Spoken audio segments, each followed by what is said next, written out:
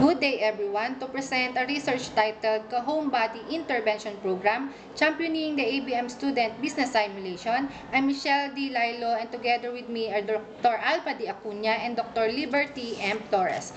To start with, the creation of Project Kahong Body was established to provide assistance to ABM students to sustain their interest in studying. Model D was chosen for the student to be able to draft business proposal, employing the different analysis tool like SWOT appropriate in the current condition of their local using Project Kahong Body peer tutoring.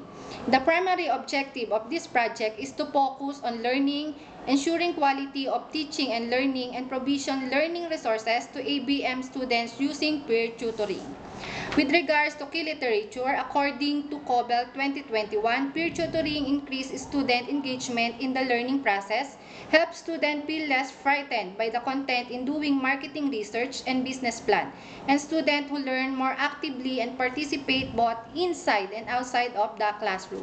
Therefore, academic achievement will be significantly increased. And according to Basay 2010 and Ulawan, Tabasum, and Kalim in 2018, peer tutoring has a positive impact on student learning, motivation, and socialization of both tutors and tutees. For the purpose of getting the result of the study, descriptive correlational was used. The participants were 43 grade 12 ABM students under the digitized modular distance learning. Purposive sampling was used in selecting the participant. Percentage and t-test was used to determine significant difference in the academic performance of students before and after the Project Kahong Body. In collecting data, a letter of request was given to the school head for the researcher to be allowed to conduct the study and collect data from the students.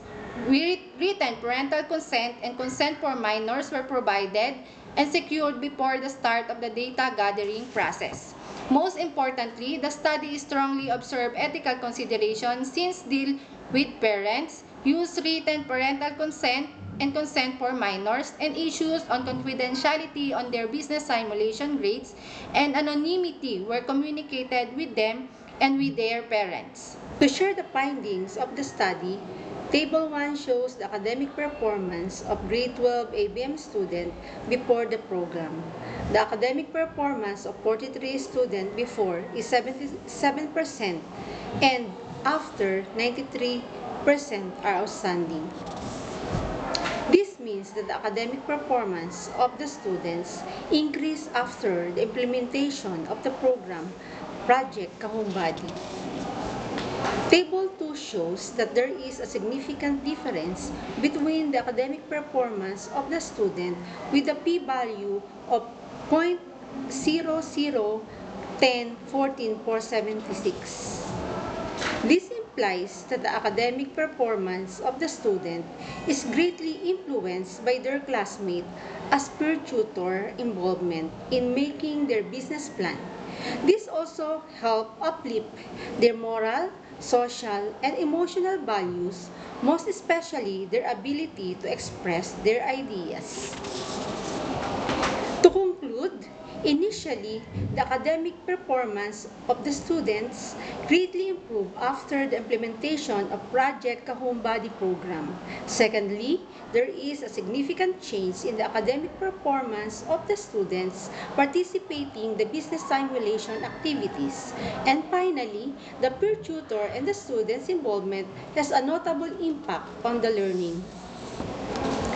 With the impressive finding of the study, it is highly recommended that other academic strands such as SUMEs in their culminating activity, investigation, inquiries, and immersion may think about modifying the Kahong Body program to conduct home-based instructional supervision for the purpose of offering the student technical support.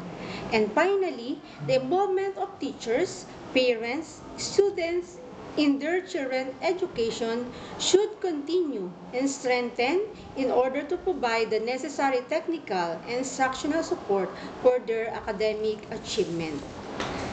And here is the references of this study. Thank you and good day.